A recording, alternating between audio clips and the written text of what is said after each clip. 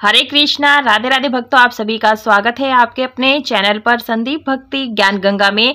भक्तों, आज हम इस वीडियो में जानेंगे कि खरमास कब से प्रारंभ हो रहा है, कब समाप्त हो रहा है, खरमास में हमें किन किन बातों का ध्यान रखना चाहिए, कौन कौन से कार्य हम कर सकते हैं, कौन कौन से कार्य हमें नहीं करना चाहिए। तो इसी प्रकार के बहुत सारी महत्वपूर्ण बात आज हम इस वीडियो में आपको बताएंगे और जानेंगे।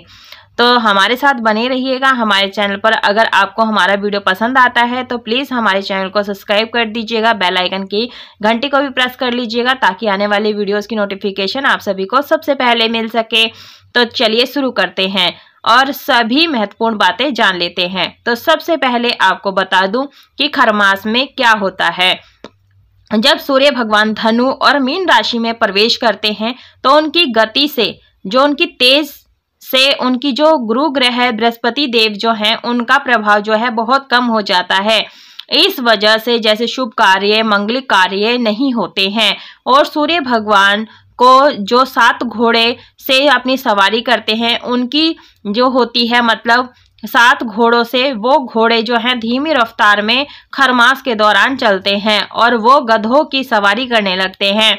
खर की वजह से सभी कार्य धीमी गति से चलने लगते हैं और शुभ और मांगलिक कार्य देव उठनी एकादशी के बाद से शुरू होते हैं और फिर खरमास के मतलब दौरान बंद हो जाते हैं। जब से खरमास लग जाता है तो बंद हो जाते हैं। ठीक है, आपको क्या क्या ध्यान रखना है वो भी मैं आपको बता रही हूँ और कब से प्रारंभ हो रहा है वह मैं लास्ट में बता दूंगी। तो सबसे पहले आपको बता दूं कि देखिए, खरमास के दौरान नहीं किए जाने वाले कार्य। खरमास के दौरान आप कोई भी नया कार्य नहीं कर सकते हैं। शुभ, मांगलिक, विवाह आदि, मुंडन, गृह प्रवेश यह तो करना ही नहीं है। अन्य प्रसन्न जो है कुछ भी आप नहीं कर सकते हैं। नया सिंदूर, बिंदी, आपको सुहाग की चीजें, चूड़ी वगैरह खरमास में अगर रखी भी है तो निकालनी नहीं है। खरीदना जा रही हैं तो मान लीजिए जरूरत पड़ जाए तो खरीद सकती हैं, लेकिन यूज के लिए ना निकालें और जरूरत ना पड़े तो आप ना खरीदे। क्लियर हो गया। अगर मान लीजिए किसी के लिए रखना है, शादी विवाह में भेजनी है, तैयारी करनी है तो खरीद सकती हैं, लेकिन पहनना नहीं है, यूज नहीं करना है। लेकिन मैं तो यही कहूंगी, अगर खुद के लिए लेना है तो खरीदिएगा बिल्कुल भी मत। दूसरी चीज क्या है, अगर झाड़ू, जो लोग दिवाली, धनतेरस में मान लीजिए झाड़ू नहीं खरीद पाए हैं, खरमास से पहले झाड़ू खरीद लीजिएगा। खरमास में झाड़ू खरीदना एकदम शुभ नहीं माना जाता है, बिल्कुल सही नहीं। इसलिए तो मैं आपको बता रही हूँ, ये उपाय आपको जरूर से करने हैं।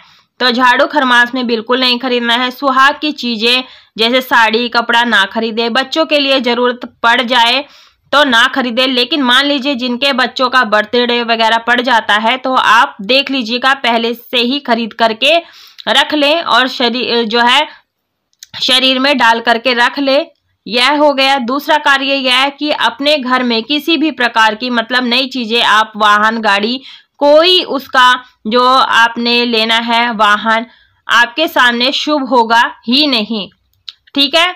एक बहन ने बोला था कि हमें पता नहीं था, खरमास में हमने गाड़ी खरीद ली है और देखिए खरमास में किया हुआ इस प्रकार के कार्य आपको कभी भी शुभ परिणाम नहीं देते हैं, मन अशांत ही रहता है। तो आप लोग गाड़ी वगैरह, घर में फ्रिज, टीवी, कुछ भी खरमास में जरूरत ना पड़े तो ना खरीदें। लेकिन मोबाइल वगैरह आप लोग पूछते हैं कि मोबाइल खरीद सकते हैं, तो नहीं, ले सकते हैं। जो भाई मेरे लिए लिखते हैं कि जी ले सकते हैं मोबाइल वगैरह, इलेक्ट्रॉनिक आइटम, अगर जिसके बिना एकदम काम नहीं चल पा रहा है तो आप वो खरीद सकते हैं, लेकिन बिना जरूरत पड़े आपको कोई भी चीज नहीं खरीदनी है। ठीक है, आप चल सकते हैं, अवॉइड करिएगा। 1 महीने का यह लगता है तो ज्यादा बेहतर है। और मकर संक्रांति के बाद, जो ऐसे मकर संक्रांति के दिन खरमास जैसे हमारा समाप्त हो जाता है, तो इसलिए आप लोग ध्यान रखिएगा। और अगला नियम क्या है, अगर आप लोगों को घर रेंट का वगैरह बदलनी है तो खरमास से पहले बदल ले, नहीं तो खरमास में बिल्कुल भी ना बदलें। वहां भी रहने से जो है चैन नहीं मिलता है, परेशानी ही रहती है। तो देखिए, आप खरवास में घर प्रवेश जो है ना करें और घर ना बदलें, इस बात का ध्यान रखिएगा। और जो भी बहन बेटियों की विदाई, बहुओं की विदाई नहीं होती है खरमास के दिन। खरमास में जो है मायके पक्ष के लिए, ससुराल पक्ष के लिए बिल्कुल सही नहीं होता है, शुभ नहीं होता है। तो आप लोग मत जाइएगा। अगला ध्यान क्या रखना है, जैसे इमरजेंसी है, किसी के घर में भी कुछ भी हो सकता है, बीमार कोई भी पड़ सकता है, तो इसलिए अगर जरूरत पड़ जाए तो आप पहली बार तो कोशिश करें खरवास में ना जाएं। लेकिन अगर जाना पड़ जाता है तो बहन बेटी को बिना खोइचा भरे विदा करना चाहिए। खोइचा आप लोग नहीं भरिएगा, इस बात का ध्यान रखना है। अगला कार्य आपको क्या करना है, खरमास में नाखून, हेयर कट वगैरह नहीं करना है, ज्यादा से ज्यादा बचना चाहिए, बचकर रहना चाहिए। जरूरत ना पड़े तो मत कटवाएं। साड़ी वगैरह भी इस्तेमाल के लिए ना निकालें, जरूरत अगर ना पड़े तो मत निकालें। दूसरा कार्य है, खरमास में आप लोग पूछते हैं नया व्रत शुरू कर सकते हैं। जी नहीं, खरमास में नया व्रत शुरू जो है नहीं किया जाता है। अगर कोई व्रत आप लोग पूछे हैं कि हमारा 5वां गुरुवार का व्रत है, जैसे खरवास में ही पड़ जाता है, तो गुरुवार ही नहीं, जो भी व्रत आप पहले से करते आ रहे हैं उसे कंटिन्यू खरवास में भी आप लोग कर सकते हैं, कोई दिक्कत नहीं है। लेकिन नया अगर शुरुआत करना है तो किसी भी व्रत को आप लोग खरवास में शुरू ना करें, इस बात का आप लोग ध्यान रखिएगा, ठीक है। और देखिए, खरवास में आप सभी देवी देवताओं की पूजा कर सकते हैं। सूर्य देव की हमें पूजा अधिक करनी चाहिए। सूर्य देव को आप लोग जल वगैरह जरूर चढ़ाएं, जैसे कि लाल चंदन और लाल पुष्प, गुड़ डाल करके, रोली डाल करके हमें जल जरूर से देना है सूर्य देव को। सूर्य देव की पूजा पाठ कर सकते हैं, सब कर सकते हैं। अपने मंदिर में भी सभी कार्य कर सकते हैं, मंदिर जा सकते हैं, आ सकते हैं, किसी भी तीर्थ स्थल पर भी जा सकते हैं। खरवास में ऐसा कुछ भी नहीं है, केवल अपनी ऐशो आराम वाली चीजें, जैसे विदाई वाली चीजें, नई चीजें हमें जो है बचानी चाहिए, ठीक है। जो लायक है जरूर बचाएं। अगला कार्य आपको क्या करना है, खरवास में आप लोग एक चीज और ध्यान रखिएगा, पूजा पाठ घर में नॉर्मल जो विधि से करते हैं वो सब कार्य हमें करना है, लेकिन कोई बड़ा आयोजन अनुष्ठान घर में खरमास में नहीं किया जाता है। आप अपने घर का नियम वगैरह देख लीजिएगा, अगर बचे तो हमें जरूर बचना चाहिए। उगते हुए सूर्य भगवान की पूजा हमें जरूर से करना चाहिए। ऐसा माना जाता है कि गधों की सवारी भगवान करते हैं, तो गधों की रफ्तार जो है, खरों की मतलब तेज धीमी गति से चलता है, इसलिए शुभ कार्य करना बिल्कुल सही नहीं माना जाता है। बाकी आप लोग देख सकते हैं। और एक बात चीज का और ध्यान रखिएगा, शिव जी की पूजा खरमास में करते हैं।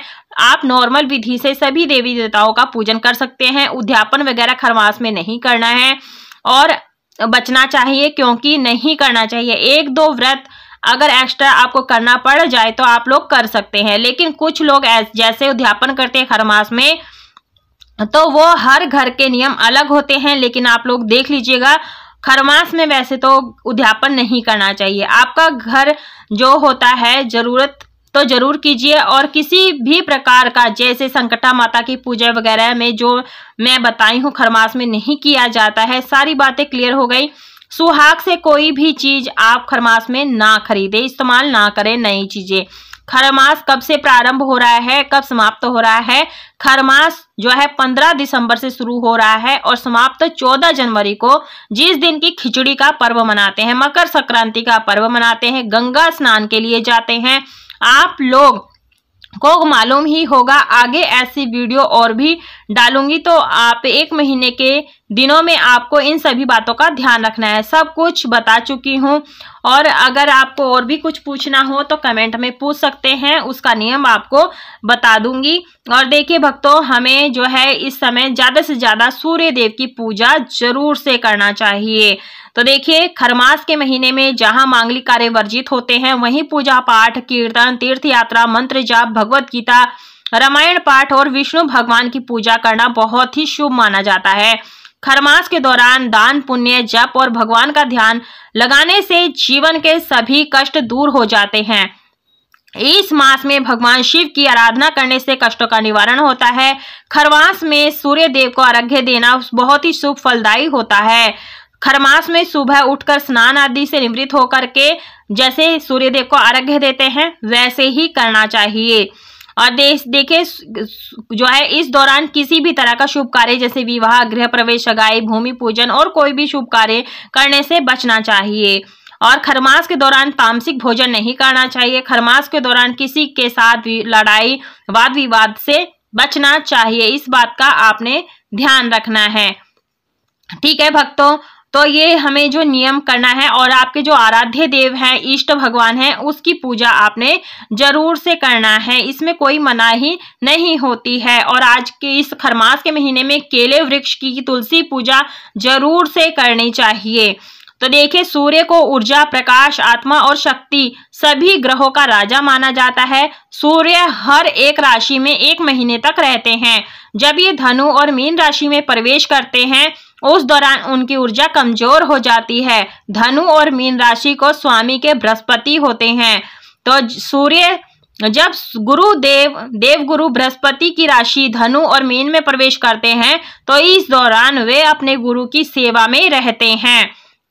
तो देखिए ऐसे में सूर्य और बृहस्पति का प्रभाव कम हो जाने से ग्रहों की ऊर्जा में कमी आने के कारण ये स्थायित्व की कमी आ जाती है। तो इसलिए मांगलिक कार्यों में सूर्य और गुरु बलि होना जरूरी होता है। तो इसी वजह से खरमास के दौरान मांगलिक कार्य फलित नहीं होते हैं, इसलिए मांगलिक कार्य नहीं करने चाहिए। आई होप आपको खरमास के कुछ नियम, क्या करने चाहिए, क्या नहीं करने चाहिए, क्या चीज खरीदना चाहिए, क्या नहीं खरीदना चाहिए, संपूर्ण जानकारी आपको इस वीडियो में मिल गई है। यदि आपको कोई भी प्रश्न है मन में तो आप पूछ सकते हैं और उसका रिप्लाई जरूर से मिलेगा। वीडियो पसंद आई है तो वीडियो को लाइक, शेयर, सब्सक्राइब जरूर करें। कमेंट बॉक्स में राधे राधे, जय सूर्य भगवान।